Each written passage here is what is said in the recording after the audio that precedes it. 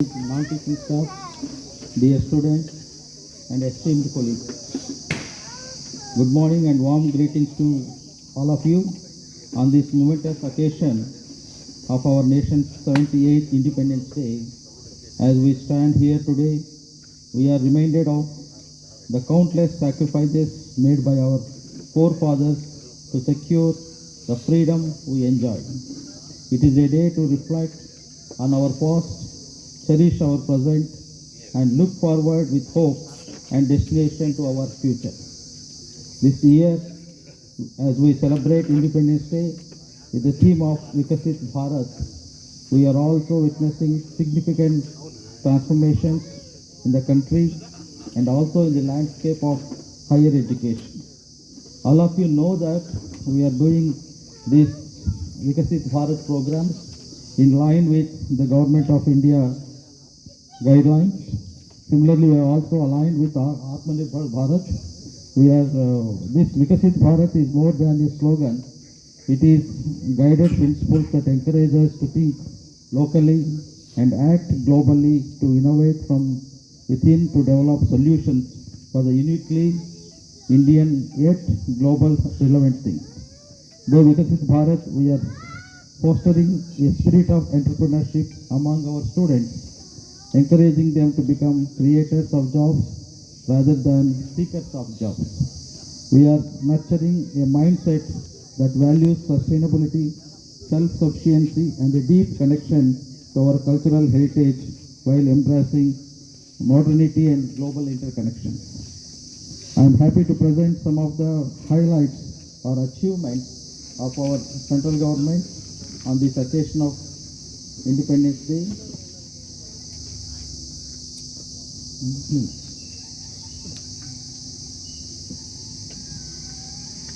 I would like to bring, because of the important factors I had to bring to your notice, rather than I'm going to reading the text, I thought I can make you a sort of knowing the facts of the nation is more important when you are talking about Vikasit Bharat and other things. When you see the population, the total population of about 1.42 billion now, the female population is 48.4% and male population is 51.6%. But interesting point, what we have to be noted here is the median age of the population. The median age of population is 28.2 years. No country in this world has this type of a young population which we have. A median age of 28.2 is a remarkable. That what it signifies the future of your 10 years or 20 years rests on the shoulders of this young population here sitting. We are all old now. So you have to carry the glory of the country. You have to take forward whatever the country has achieved in the last 78 years, that we have to carry forward. But when you look at the statistics of a modern age of 28.2 years, we are blessed with young blood, right? And if you see this urban population of 36.1, but our population density is very high, 479.6 per every kilometer. Okay, the other important point is our literacy of adults aged 15 plus is about 74.4 of literacy rate, and you have a young population of 30 years. What else a country requires if you want to achieve many things? Still after 70 years of independence, we are now developing country state, but we have to go for a developed country. That mandate is on the young population sitting here and watching, and those people of the age group of 28 to 30 years to take the responsibility of this one. Now look at our Indian economy, the strength.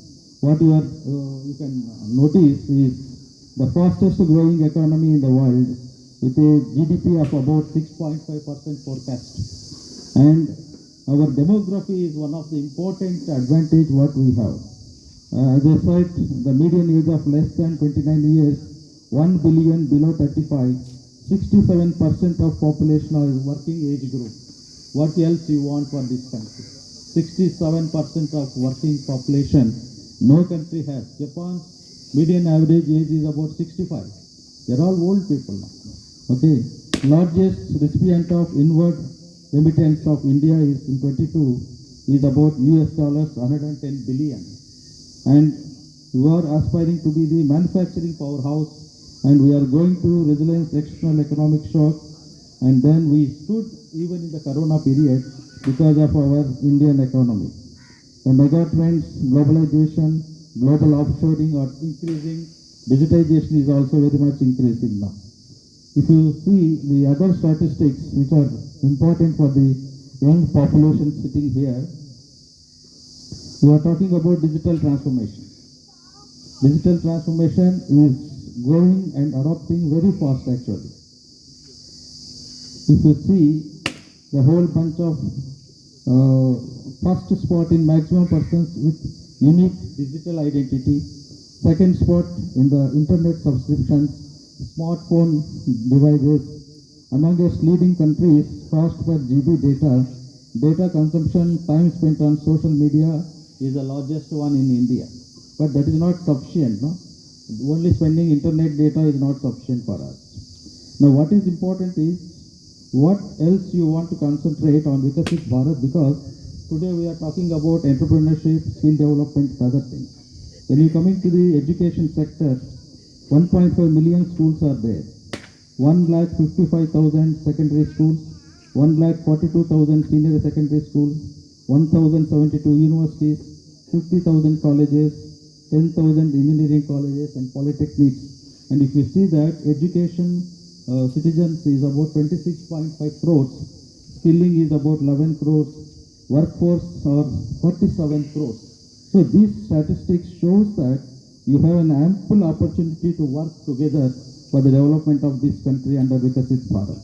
If you India's position, if you see on research and development, our R&D expenditure has increased threefold during the last 10 years, and we are the number of STEM graduates, we are the third in the country, in the world, third in the world, and fourth position in the number of unicorns, and third position in the terms of publications, third position in the number of startups.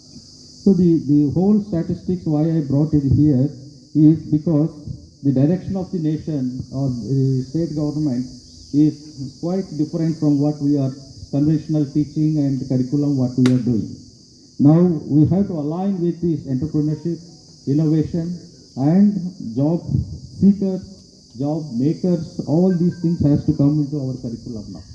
When I say this, you may be knowing in Andhra Pradesh, I think the government is going to install a separate university for artificial intelligence, a separate university for skill development. These are coming in the coming years, maybe another few years, you are going to get this. So looking at the statistics of Indian and statistics of state government achievements and all those things, are we aligned ourselves to this nation's mandate of Vikasit Bharat, entrepreneurship and innovation and other things? First of all, let me congratulate the university, and I would like to congratulate all of you for getting a very good max score of 3.23. So this achievement is a testament of your relentless efforts and unwavering dedication of the entire university community. So I thank on this occasion each one of you who have contributed sincerely in getting this particular NAAC CGPA of 3.23 in the first cycle itself. That is a great achievement. So I congratulate all of you. But when you're talking about this, we are not stopping at this point. There is A, but we have to go for A plus in future. Next 5 years, your target is you have to go for A plus. And now today, when the results have came on 12th of August, NIRF, we were not figured in NIRF rankings so far. Okay. But the problem is, I know the difficulties are there. We may not be able to get the ranking as early as possible. But at least for the next couple of years, we should be able to achieve a good number of rankings. So the question people will ask always to me is, sir, we don't have faculty, we don't have facilities, So how do we get ranking? This question comes all the way. But are we waiting for the 10 years or 20 years to get the recruitment? Or we wait still for another 10 years to get our facilities to be improved? It is not the solution, right? We cannot wait. So whatever facilities we have, whatever things we have to go along with this, right? So when you write a perspective plan of university, we have to think what is our immediate goals and what are long-term goals. So what is to be done now to improve ourselves? There are many places where placement can be increased. Your content, video content can be increased. Lectures, we are not doing anything. These are all in our hands. And perception of the university has to be increased. So all these things are within our hands, we can achieve within a few years now. Now I also congratulate in getting NAC as well as the NSS and National Service Scheme. People are doing wonderful things, and some important President awards also received. So I congratulate all of them.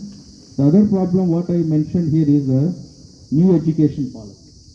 When we are talking about new education policy, are we aligned with whatever I said now? Our curriculum is innovative? Is our curriculum is employability? Is providing employability to the students? Are we competent with the international students? So all these things has to be made in your mind when you write your curriculum. When I see the gap in R&D things, the gap is because of our old curriculum. We are not aligned to the industry orientation. There are a lot of gaps when you look into the industry and other things. So other important achievement of this university is digitization and e-learning. With COVID-19, I think a substantial increase has been made towards global digitization. Now we are also thinking of going for examination and other things as digitization. Part of online office is already available, but we should fully digitize everything, and e-learning and everything has to come. I'm happy to share with you that we have started 3 undergraduate courses from this academic year, and also we are going to start few online courses in a coming academic year. So the university has to go with Skill India mandate, and we have to make our students employable. Okay, the other things what I would like to mention here is I have a vision, but I need all of your support now. So what we thought is when I ask people to apply for projects, they say we don't have enough staff members. We don't have to apply for DST fish and other things. At least minimum of 7 staff members are required. If that is a constraint, we cannot stop with that constraint. So what I propose is some of the departments can come together under this national education policy. We call it as a multidisciplinary approach, wherein a centers of excellence in health sciences with industry can be made there. You have a strong biological sciences here, biotechnology and microbiology, and you have a marine biology, you have food technology, you have computer science, you have chemistry department. All these things should come together, make a strong proposal going for Center of Excellence in Health Sciences. Similarly, Center of Excellence in Contemporary Literature. So we can start some of the departments, but Indian knowledge system is asking us. I have seen in papers several High Court judges and Supreme Court judges are joining for Bhagavad Gita course now. So there is a demand for our old Vedic sciences, a course on astrology, astronomy, and we can go for Sanskrit and some of the things. Though they may not be initially, there may not be any students or any response, but slowly it will come. Because of this mandate, we can go for a Center of Excellence in Contemporary Literature. We can go COE on my own subject. My own favorite thing is, because this is a cyclone-prone area, I thought I can have a studies on cyclone and disaster management should come here, oceanography with other things, and a Center of Excellence, Innovation, Startups, IP and Entrepreneurship. These are my vision for this year, not for the entire 3 years, only for this year. We should get these 3 or 4 centers within these 6 months or 7 months span of this thing. If I'm available for the next August 15th flag hosting function, I should see these things in functional. And also we should also propose, I request some of your departments can look into new courses like tourism and hospitality, business analytics and IT management. All these things are new courses which have tremendous industry applications. So all the people who are working, they should all think new courses, innovative courses for this particular program. Okay. Then inclusivity and equitable education, that is one of the mandates for all of us. There is a digital divide is still there, though we are talking about whatever the statistics I said, it is all confined to the urban area. But still, why we are not able to develop developed country is because this research or digitization and all those things are not percolating towards your rural people. Most of the rural community are not utilizing all the technologies I mentioned here. So the research or technology has to percolate to the village level. Then only the country will go up to a developed country. When you don't have people with proper education, we don't have people with proper nutrition, there are poor people, then we cannot and never will become a sort of a developed country. So we are still 78 years, we are still calling it as developing country only. I don't know when we will become a developed country. Okay, so these are some of the things what you have to understand when you are talking about digital divide and other things. So social responsibility is one of the important points where people have to work for what we contribute to the society. That is one of the mandate for all the institutions. And all of you know that our teachers are the main important component in the country's progress. So we have responsibilities and we have to do that responsibility with sincerity. And there is a spirit of responsibility for all of us to commit ourselves to the cause of education. And through this education, we can empower individuals, uplift communities, and build nation that is very strong, resilient, and forward-looking. Before I conclude, I also would like to bring some of the general points, not aligned with my speech of National Independence Day, but what I would like to tell you is there are certain issues I brought to my notice by the non-teaching staff because of their different requirements. We will all going to fulfill that, but similarly we will also have to look into the amount of expenditure we are spending on our own resources. That also there is a constraint for us. So we have to look into both sides, how much profit we are getting, how much expenditure we are incurring. So we have to make a balance of that. People are requesting, several demands will come. So some of them which are really can do, will do definitely that. I promise the non-teaching faculty here, some of them, I don't know how many of they are here, but still I'll promise that whatever the requirements you said you brought forward to me, that I'm going to fulfill. But I also demand work. I don't want to sit like a simple king in the emperor, right? I don't want, I'm a taskmaster. I will just make things to happen to me. When people are not coming 10 to 5, it is not correct. When you are taking salary, you have to come to 10 to 5 here, you have to work sincerely. When we also look into whether this many people are required, what is the workload requirement, all those things we will make a review of that. And similarly, whatever dues you want, which are eligible, we will definitely give you. And the other thing what is important is, I am open to everybody here. I am telling you personally, this is a personal advice to all of you. Don't believe somebody says that using my name I want to help somebody, and somebody comes to you and say that I talk to vice chancellor, I will give you something. Don't believe in all those things. I am here for you. You can straight come to me. Whatever problem you have, you can come to me. Don't go to the media. Don't go to the media. First come to me first. Okay? You talk to me first. Then I am here to solve your problem. Don't believe other people. Some people will say, I will talk to him, I will convince him, I will get you something. ఈ promotion ఇస్తాను, salary పెంచుతాము, అలా చేస్తాము, ఇలా చేస్తాము, అవంతా ఏం లేదు. I am open to everybody here. The other point what I would like to bring, openly I am talking here, there should not be any corruption at any point of time. If I found if anything is happening, I will take a very serious punishment on all of you. You please bring it to my notice with evidence. If at all any any corruption, any point is not acceptable. Even if you are taking a 10 rupees for a certificate, that is also not acceptable. We are giving you enough money and people are comfortable. You need not stretch your hand for anything.